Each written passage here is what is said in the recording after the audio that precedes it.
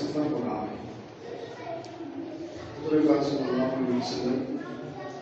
بعض روایتوں کے مطابق 5 دن، بعض کے مطابق 12 دن، بعض کے مطابق 21 دن یا 25 دن قبا میں ٹھہرے رہے۔ اس کے بعد آپ مدینے کی طرف جمعے کے دن چاشت کے وقت مدینے کی طرف روانہ ہوئے۔ اب چلتے ہوئے قبا سے چاشت کے وقت نکلے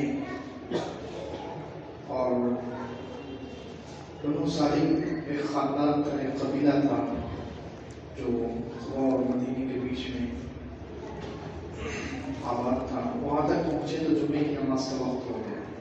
اللہ کے رسول صلی اللہ علیہ وسلم نے وہاں جمعہ کا سب سے پہلا خطبہ دیا ہے۔ جمعہ کا سب سے پہلا خطبہ وہاں ارشاد فرمایا، جس میں تقوی کی، اللہ سے ڈرنے کی، ایک دوسرے کو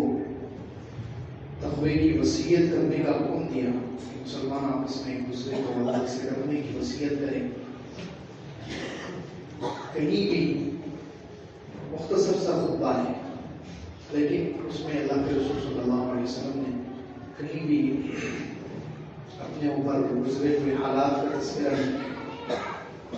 اندازہ لگائیں حضور پاک صلی اللہ علیہ وسلم کا تحمل، آپ کا صبر، آپ کے اخلاق، آپ کی قوت برداشت کتنی اعلیٰ تھی کہ جس شخص کو اپنے وطن سے نکال دیا گیا تھا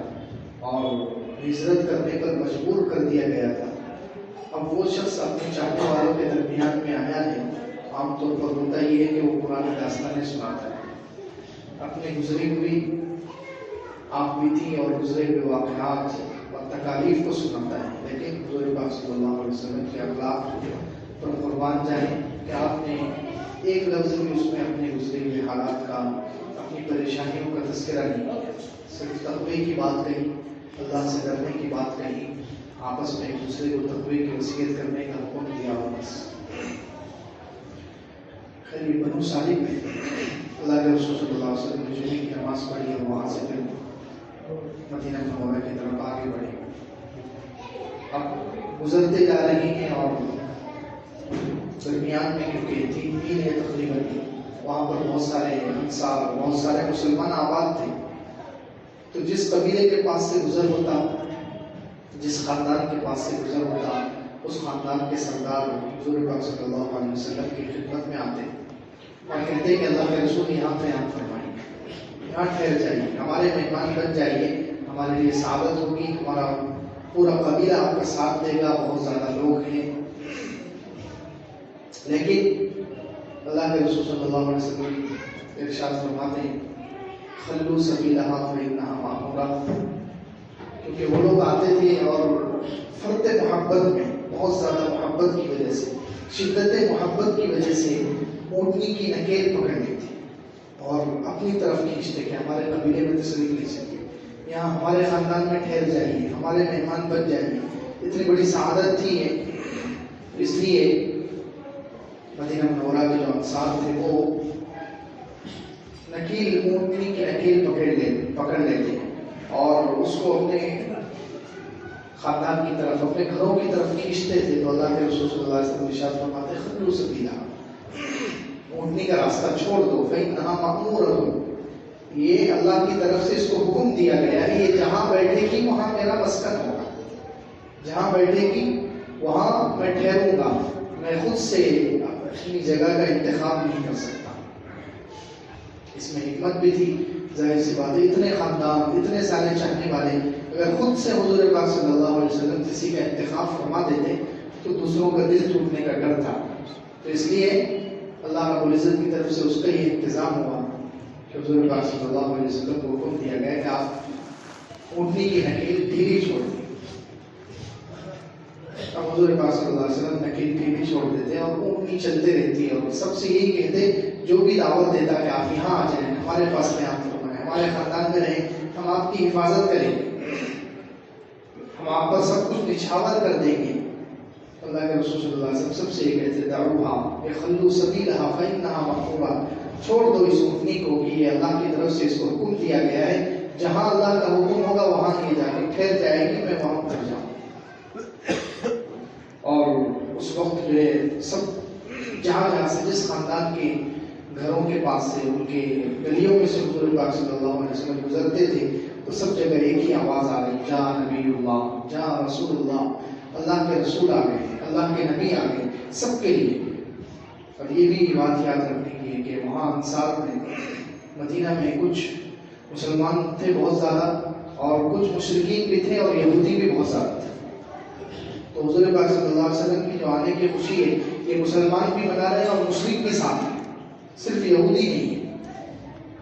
یہودی ساتھ نہیں ہے۔ کیوں؟ اس لیے کہ حضور پاک صلی اللہ علیہ وسلم کے آنے کے مدینہ منورہ ہجرت کرنے سے بس چند مہینے پہلے کی بات ہے کہ مدینے کے یہودی خاص طور سے پیش آگے تھے اسلام میں۔ مدینے کے یہودی اور یہودیوں نے پھر وہاں کے مشرکین اور انصار جتنے لوگ تھے مدینے کے رہنے والے سب کو تیار کیا، سب کو راضی کیا کہ ہمیں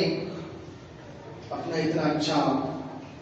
یہ ملک ہے، اپنا اتنا اچھا شہر ہے، اس کو اور ترقی دینا ہے، اس کو اور زیادہ محفوظ بنانا ہے، اس کو اور زیادہ پرامن بنانا ہے، تو ہمیں چاہیے کہ ہم اپنے میں سے کسی ایک کو بادشاہ بنا دیں۔ یہ ان میں تحریک چلی، اپنے میں سے کسی کو بادشاہ بنا دینا چاہیے، تاکہ وہ بادشاہ رہے گا تو پھر سب کی وہ فکر کرے گا، رعایا کی خبر گیری کرے گا، سارے کام دیکھ ریکھ کرے گا، تو وہ شہر اور زیادہ ترقی بھی کرے گا اور محفوظ بھی رہے گا۔ تو اب یہودی اور انصار اور مشرکین سب نے مل کر بادشاہت کے لیے جس کو چنا اس کا نام تھا عبداللہ ابن ابی ابن سلول، جو آگے چل کے منافقوں کا سردار بنا۔ اس کو سب نے طے کر دیا تھا، یہودی بھی متفق ہو گئے، یہودی بھی راضی ہو گئے، حالانکہ وہ انصار کا خاندان کا تھا لیکن یہودیوں کا بہت پکا حلیف اور بہت پکا دوست تھا، اور یہودیت سمجھو اس کے اندر کٹ کٹ کر بھری ہوئی تھی، اسی لیے آگے اب بادشاہ بنانے کی تیاری شروع ہو گئی۔ بادشاہ کے لیے جس آدمی کو چننا چاہیے اس کو چن لیا گیا، اور باقاعدہ ان کا دن اور تاریخ بھی فکس ہو گئی۔ لیکن اتنے میں یہ واقعہ پیش آ گیا کہ انصار جا کر مسلمان ہوئے، اور انصار نے حضور پاک صلی اللہ علیہ وسلم کو مدینہ منورہ آنے کی دعوت دی، اور حضور پاک صلی اللہ علیہ وسلم ہجرت کر کے آ گئے۔ اب دو جہاں کا بادشاہ آ گیا تو پھر کسی اور بادشاہ کی کیا ضرورت ہے؟ جب حضور اکرم صلی اللہ علیہ وسلم تشریف لے آئے، دو جہاں کے سردار ہیں، دو جہاں کے بادشاہ ہیں، نبی الانبیاء ہیں، تو حضور پاک صلی اللہ علیہ وسلم آ گئے تو ان کا جو سارا معاملہ اور سارا مشورہ اور ان کا جو پلان تھا وہ سب چوپٹ ہو گیا، فیل ہو گیا۔ تو اسی وجہ سے اس آدمی نے عبداللہ ابن ابی نے زندگی بھر حضور پاک صلی اللہ علیہ وسلم کی مخالفت کی، کیونکہ حضور پاک صلی اللہ علیہ وسلم کے آنے کی وجہ سے وہ بادشاہ نہیں بن سکا، اس کو کرسی نہیں مل سکی، تو اس لیے وہ مخالف ہو گیا، اور اتنا پکا مخالف کہ زندگی بھر وہ حضور پاک صلی اللہ علیہ وسلم کو تکلیف دیتا رہا، مسلمانوں کو پریشان کرتا رہا، اور اسی نفاق پر ظاہر میں تو پھر مسلمان ہو گیا تھا، کیونکہ انصار کے قبیلے سے تھا، اس کے قبیلے کے سب لوگ مسلمان ہو گئے۔ اب وہ کھل کر نہ اپنے آپ کو مشرک ظاہر کر سکتا تھا، نہ یہودی ظاہر کر سکتا تھا، اس لیے وہ منافق بن گیا، ظاہر میں مسلمان، اندر سے کافر اور یہودیوں کا ایجنٹ، اور اندر سے اندر مسلمانوں کو تکلیف پہنچانے والا، اور کسی بھی موقع کے انتظار میں رہ کر حضور پاک صلی اللہ علیہ وسلم اور مسلمانوں کو بدنام کرنے کی کوشش کرتا ہے۔ تو خیر حضور پاک صلی اللہ علیہ وسلم قباء سے نکل کر مدینہ منورہ کی طرف جا رہے ہیں، اور سب استقبال میں سارے خاندان، سارے قبیلے اور سب سردار اور بچیاں اس وقت یہ دف بجا کر یہ ترانہ طلع البدر علینا من ثنیات الوداع یہ پڑھ رہی تھی کہ چاند آ گیا، اور کون سا بدر، چاند کے لیے عربی میں مختلف الفاظ، ہلال بھی چاند کو کہتے ہیں، قمر بھی کہتے ہیں، لیکن یہاں وہ لڑکیاں اتنی فصیح ہیں، عربی زبان کی اتنی ماہر ہیں کہ انہوں نے حضور پاک صلی اللہ علیہ وسلم کے لیے بدر کا لفظ استعمال کیا، جو 14ویں رات کے چاند کو، مکمل چاند جو ہوتا ہے اس کو بدر کہتے ہیں۔ تو وہ لڑکیاں پڑھ رہی ہیں طلع البدر علینا من ثنيات الوداع وجب الشكر علينا ما دعا لله داعي أيها المبعوث فينا جئت بالأمر المطاع. کہ یہ چاند مکمل چاند بدر کامل یعنی حضور پاک صلی اللہ علیہ وسلم ہمارے پاس آئے ہیں وداع کی پہاڑیوں سے. اب ہم پر اس کا شکر کرنا ضروری ہو چکا ہے، واجب ہو چکا ہے. اے وہ شخص جس کو نبوت دی گئی ہے حضور پاک صلی اللہ علیہ وسلم کو، آپ جو چیز لے کر آئے ہیں اس کی اطاعت ضروری ہے. یہ اشعار پڑھ کر وہ دب بجا رہی ہے اور خوش ہو رہی ہے. کچھ حبشیوں نے اپنے کرتب بھی دکھائے، یہ بھی روایتوں میں ہے. حبشیوں کی عام طور پر عادت ہے کہ ان کے پاس کوئی مہمان آتا ہے تو وہ کچھ کھیل اور کچھ کرتب دکھاتے ہیں تو خوشی میں جھومتے ہیں. وہ تو حبشیوں کے نے کچھ اپنے کھیل اور کرتب بھی پیش کیے اور حضور پاک صلی اللہ علیہ وسلم کا سفر چل رہا ہے اور یہ سارے معاملات ہو رہے ہیں. چلتے ہوئے اب حضور پاک صلی اللہ علیہ وسلم کی اونٹنی مدینہ منورہ میں داخل ہوئی. یثرب اس کا پہلے نام تھا، لیکن حضور پاک صلی اللہ علیہ وسلم کے مبارک قدم کی برکت سے وہ مدینہ المنورہ بن گئے. حضرت انس رضی اللہ عنہ فرماتے ہیں کہ میری زندگی میں 2 دن بہت اہم ہیں. جس دن حضور پاک صلی اللہ علیہ وسلم مدینہ منورہ تشریف لائے تو ایک ایک ذرہ مدینے کا چمک رہا تھا. حضور کے آنے کی برکت سے ایک ایک ذرہ ایسا محسوس ہوتا تھا اس کے اندر سے خوشی پھوٹ رہی ہے، روشنی پھوٹ رہی ہے، ایسا محسوس ہوتا تھا. در و دیوار پر نظر ڈالو، شجر و احجار پر نظر ڈالو، درختوں پر نظر ڈالو، زمین کے ذرات پر نظر ڈالو تو محسوس ہوتا تھا کہ سب خوش ہیں اور سب کے اندر سے جو گویا ایک روشنی اور ایک نور نکل رہا ہے. تو کہتے ہیں سب سے زیادہ نورانی دن، روشنی والا دن وہ تھا جس دن حضور پاک صلی اللہ علیہ وسلم مدینہ منورہ تشریف لائے. اور ہمارے لیے سب سے زیادہ تاریک اور اندھیرے والا وہ دن تھا جس دن حضور پاک صلی اللہ علیہ وسلم دنیا سے وصال فرما گئے، انتقال فرما گئے. اس دن ایسا محسوس ہو رہا تھا کہ ہر چیز پر اندھیرا چھایا ہوا ہے. کہتے ہیں ہم حضور پاک صلی اللہ علیہ وسلم کو ابھی دفن کر کے فارغ ہوئے اور ہمیں اپنے دل میں کچھ فرق محسوس ہوتا تھا. تغیر حضور پاک صلی اللہ علیہ وسلم کی وجہ سے جو انوار اور برکات تھے اس میں کچھ کمی محسوس ہوتی. تو اب پہلے تو اس کا نام یثرب تھا، لیکن حضور پاک صلی اللہ علیہ وسلم کے مبارک قدم پڑھنے کی وجہ سے اس کا نام مدینہ المنورہ زیادہ اللہ شرفا و تعظیما اس کا یہ نام پڑ گیا. تو خیر حضور پاک صلی اللہ علیہ وسلم کی اونٹنی چل رہی تھی. چلتے چلتے مسجد نبوی کے پاس، آج جو مسجد نبوی ہے وہ باب السلام ہے. باب السلام ایک مشہور گیٹ ہے، اس کا دروازہ ہے. اس دروازے پر آ کر اونٹنی پہلی مرتبہ بیٹھی. وہاں اس دروازے کے پاس حضور پاک صلی اللہ علیہ وسلم کے ننیال والے، حضور پاک صلی اللہ علیہ وسلم کے ننیال کے جو رشتہ دار لوگ تھے بنی نجار، وہ لوگ اس دروازے کے پاس ٹھہرتے تھے. ان کے گھر وہیں تھے. تو وہ لوگ سمجھے کہ آپ حضور پاک صلی اللہ علیہ وسلم ہمارے پاس ٹھہریں گے، ہمیں یہ شرف ملے گا. لیکن پھر اونٹنی کھڑی ہو گئی. بنی نجار باب السلام کے پاس وہ دیکھتے رہ گئے اور حضور پاک صلی اللہ علیہ وسلم کی اونٹنی پہلے وہاں پر بیٹھی، پھر کھڑی ہو گئی اور آگے بڑھی. آگے بڑھ کر ابھی جہاں باب البقی ہے، بقی نام کا ایک دروازہ ہے مسجد نبوی کا آج، وہاں حضرت ابو ایوب انصاری رضی اللہ عنہ کا مقام تھا. وہاں جا کر اونٹنی بیٹھ گئی اور وہاں اس نے گردن ڈالی کہ بس اب میں یہاں سے اٹھنے والی نہیں. تو اب فیصلہ ہو گیا کہ حضور پاک صلی اللہ علیہ وسلم یہاں تشریف رکھیں گے. حضور پاک صلی اللہ علیہ وسلم سواری سے اتر گئے. حضرت ابوبکر بھی ایک اسی اونٹنی پر سوار تھے. دونوں حضرات نیچے اترے اور حضرت ابو ایوب انصاری رضی اللہ عنہ کی تو خوشی کی انتہا نہ رہی کہ پورے مدینہ منورہ میں ہمارا انتخاب ہوا. اب وہ سامان لے کر جا رہے ہیں حضور پاک صلی اللہ علیہ وسلم کا اپنے گھر میں. ان کے 2 منزلہ مکان تھا حضرت ابو ایوب انصاری رضی اللہ عنہ. تو انہوں نے اپنے گھر کی دوسری منزل میں لے جا کر حضور پاک صلی اللہ علیہ وسلم کا سامان رکھا. اور حضور پاک صلی اللہ علیہ وسلم جب تک تشریف فرما رہے ہیں، کیونکہ بہت سارے لوگ پورا قافلہ پورے مسلمان ساتھ میں تھے، اس لیے سب سے ملاقات کر رہے ہیں، سب کو رخصت کر رہے ہیں کہ اب ہمارا قیام یہاں ہوگا. یہ اللہ کی طرف سے طے تھا، مقدر تھا اور یہی ہماری قسمت میں تھا کہ یہاں قیام فرمائیں. اس لیے اب ہم نے اس جگہ کو طے کر لیا ہے. اب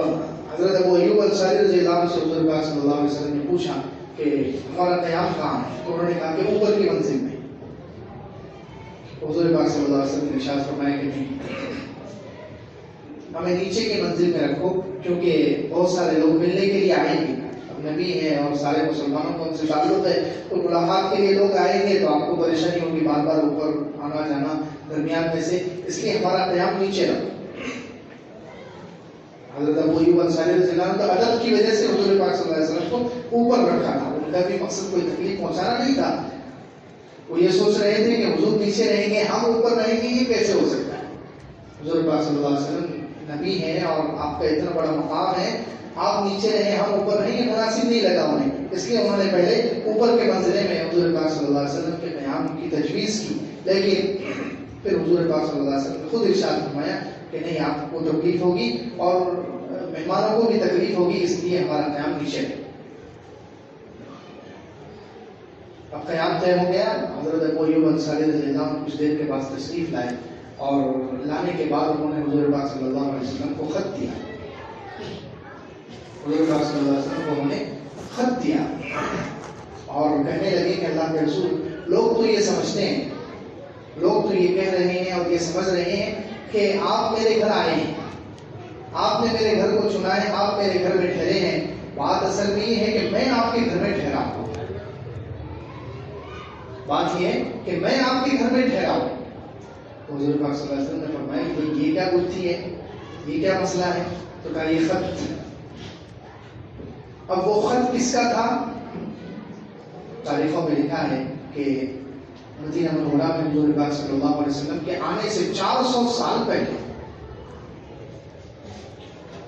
کتنے سال؟ 400 سال پہلے ایک بادشاہ تھا تبع، اس کا قرآن میں بھی تذکرہ ہے، اہم خیر ام قوم تبع، تو یہ تبع نام کا ایک بادشاہ تھا، وہ ایک لشکر لے کر، بہت بڑا بادشاہ تھا اور بہت اس کی لڑائیاں ہوتی تھی، تو مدینے والوں سے لڑنے کے لیے آیا تھا وہ 400 سال پہلے، لیکن اس کے ساتھ 400 علماء تھے، یہودی عیسائی جو علماء تھے اس زمانے کے، وہ علماء اس کے ساتھ 400 علماء اس کے ساتھ تھے۔ انہوں نے جب مدینہ منورہ کی زمین دیکھی، وہاں کھجور اور وہاں کے نخلستان اور وہاں کی زمین پر انہوں نے نظر ڈالی، تو بادشاہ سے انہوں نے کہا کہ بادشاہ سلامت، ان مدینے والوں سے آپ مت لڑیے، ان سے لڑنا اچھا نہیں ہے، کیوں؟ اس لیے کہ ہمارا علم یہ کہتا ہے، پچھلی کتابوں میں یہ موجود ہے کہ ایک نبی، آخری نبی جو آنے باقی ہے دنیا میں، وہ آخری نبی آئیں گے اور اس جگہ ان کی ہجرت ہوگی اور یہاں وہ قیام کریں گے اور یہی ان کا انتخاب ہے، اس لیے اس مدینے والوں سے لڑنا مناسب نہیں ہے، بلکہ آپ ہمیں اجازت دے دیجیے کہ ہم یہاں ٹھہر جائیں۔ تو بادشاہ بھی نیک دل تھا، اس نے جب سنا کہ آخری نبی آنے والے ہیں، ظاہر سی بات ہے جو 400 علماء کو لے کر اپنے ساتھ پھرتا ہو تو اس کے دل میں کچھ تو خیر ہوگی،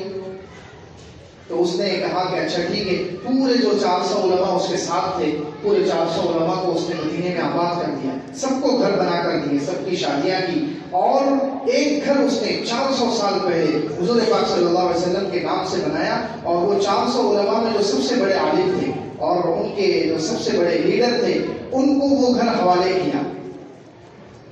وہ گھر ان کے حوالے کیا کہ اگر آپ کے زمانے میں وہ نبی آ جائے تو آپ اس نبی کو میری طرف سے ہدیے میں دے دیں، اگر آپ کے زمانے میں نہیں آئے تو آپ اپنے اولاد کو وصیت کرتے جائیں۔ تو وہ وصیت کرتے کرتے وہ گھر حضرت ابو ایوب انصاری کی ملکیت میں پہنچا، اور حضرت ابو ایوب انصاری اسی لیڈر اور اسی عالم کی نسل میں سے تھے جو حضور پاک صلی اللہ علیہ وسلم کے گھر کی حفاظت کر رہے تھے۔ تو انہوں نے وہ خط دیا، اور خط میں کیا لکھا ہوا تھا؟ وہ تبع بادشاہ جو تھا اس نے 400 سال پہلے حضور پاک صلی اللہ علیہ وسلم پر ایمان قبول کیا۔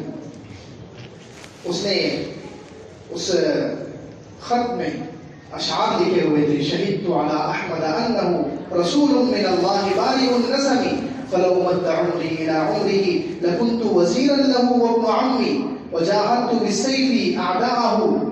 وفرجت عن صدره كل غم۔ یہ اس نے اشعار لکھے وہ تبع بادشاہ نے، کہ اگر اس نے اشعار میں کہا میں گواہی دیتا ہوں، شہدت علی احمد انہ، میں احمد صلی اللہ علیہ وسلم پر اس بات کی گواہی دیتا ہوں کہ وہ اللہ کے رسول ہیں۔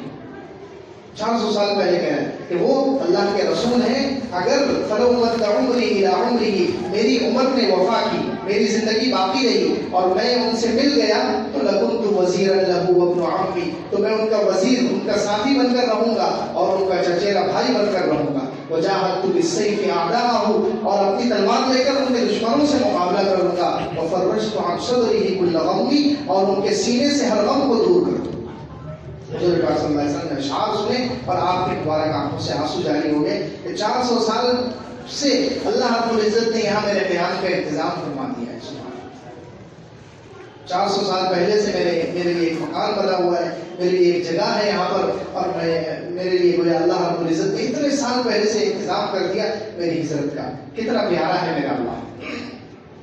خیر حضور پاک صلی اللہ علیہ وسلم اس جگہ ٹھہرے رہے۔ حضرت ابو ایوب انصاری رضی اللہ عنہ بہت خدمت کرتے حضور پاک صلی اللہ علیہ وسلم کی، روزانہ کچھ نہ کچھ کھانے کے لیے بھیجتے۔ کہتے ہیں ایک مرتبہ روایتوں میں لکھا ہوا ہے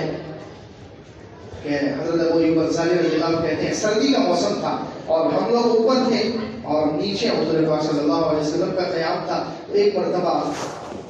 پانی پینے کا جو گھڑا تھا وہ پھوٹ گیا اور پورے اوپر کے گھر میں پانی ہو گیا۔ اب ہمیں ڈر لگ رہا ہے کہ نیچے کہیں پانی نہ چلا جائے۔ اتنی پختہ تو چھت تھی نہیں آج کے زمانے کی طرح، کچی چھتیں تھی اس زمانے میں، تو ڈر لگا کہ کہیں یہ پانی نیچے نہ چلا جائے اور حضور پاک صلی اللہ علیہ وسلم کو تکلیف نہ ہو۔ کہتے ہیں ہمارے پاس ایک ہی لحاف تھی، سردی کا موسم اور ایک ہی اوڑھنے کی چیز، لحاف ایک ہی تھا، لیکن اب پانی روکنا ضروری ہے اور پانی کو سکھانا ضروری ہے، کہیں رات میں نیچے نہ چلا جائے اور حضور پاک صلی اللہ علیہ وسلم کو تکلیف نہ ہو جائے۔ تو کہتے ہیں میں اور ام ایوب میری بیوی، ہم دونوں نے جو اوڑھنے کا لحاف تھا وہ پانی پر ڈال دیا، اس لحاف سے ہم نے پانی سکھایا اور رات بھر سردی میں ہم جاگتے ہوئے گزار دیے، کہیں ہماری وجہ سے حضور پاک صلی اللہ علیہ وسلم کو تکلیف نہ ہو جائے۔ خیر انہوں نے بہت خدمت کی اور ان کی خدمت کی وجوہات بھی علماء نے لکھی ہیں کہ اللہ رب العزت نے ان سے بھی جو خدمت کی ہے اس کے پیچھے بھی ایک بہت بڑا سبق ہے انشاءاللہ۔